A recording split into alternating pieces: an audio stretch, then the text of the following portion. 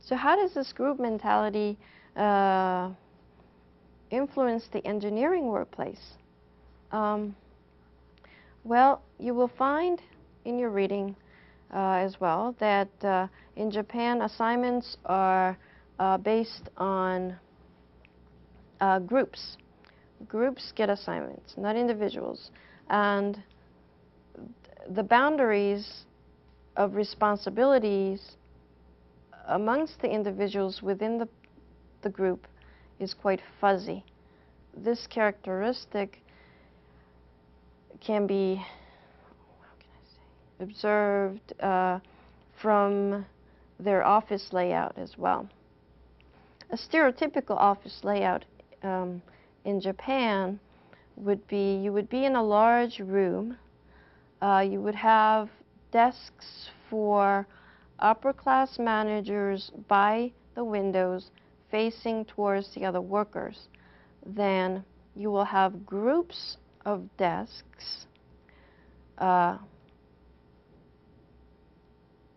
each of which would have a task leader and then several workers around the islands of desks. The assignments are assigned to each group. Each group is given a deadline, and it is made so that each group would compete with the other to make their assignments as efficiently and as high quality as possible. Each desk might have a female worker who would be responsible for making copies of the material and sending faxes and perhaps receiving the phones. Your reading refers to the phone being shared by the group, so the phone would be either sitting on the female worker's desk or the leader's desk.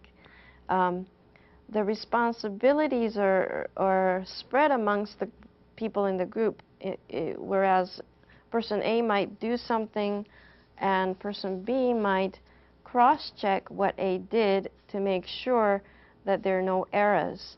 Because it's the responsibility not of an individual but of the group to complete this task. And therefore, in Japan, there is a lot of time spent on the work as well as a lot of cross-checking mechanism that goes on here.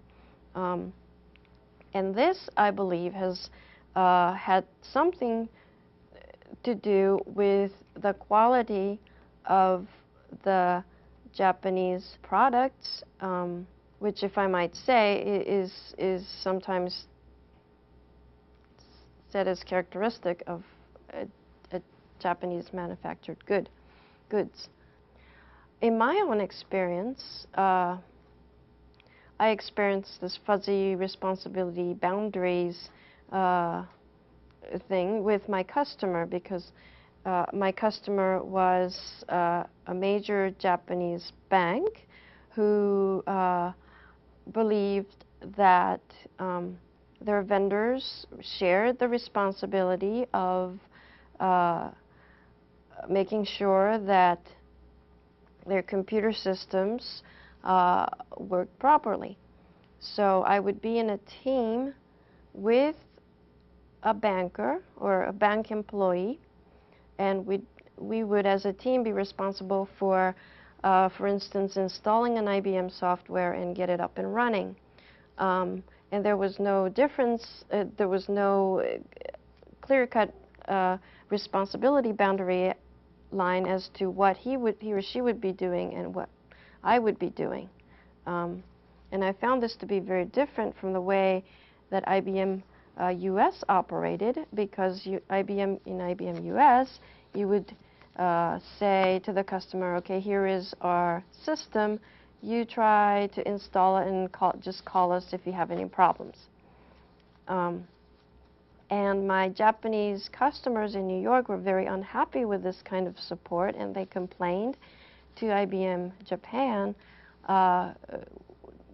whom in turn decided that they needed to send a few Japanese support staff over to IBM US to bridge over the gap. So I was the person who had to, at the same time, work closely with my customers so that they would be happy, but not to do too much for them in order to keep my American boss happy, who believed that in order to do work for the customers, IBM had to be paid. So I was stuck in a very interesting position.